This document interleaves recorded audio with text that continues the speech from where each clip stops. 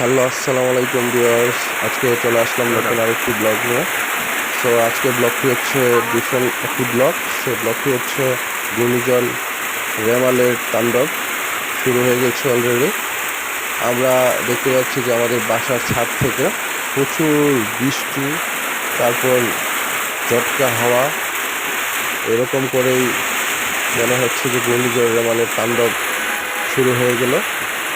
So guys, ভিডিওটি পুরোটা দেখুন। ঘূর্ণিঝড় রেমালের সর্বশেষ অবস্থা কতটা ভয়াবহ রূপ ধারণ করেছে।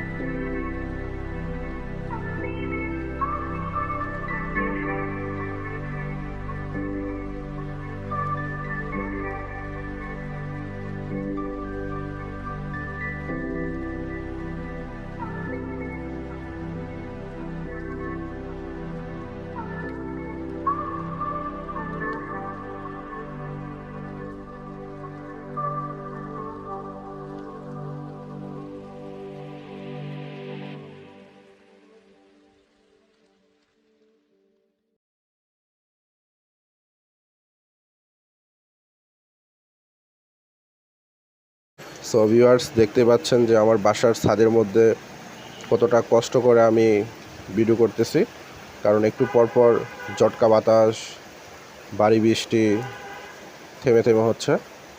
সো আমি ছাদ থেকে ভিউটা নিচ্ছিলাম, ফিল নিচ্ছিলাম।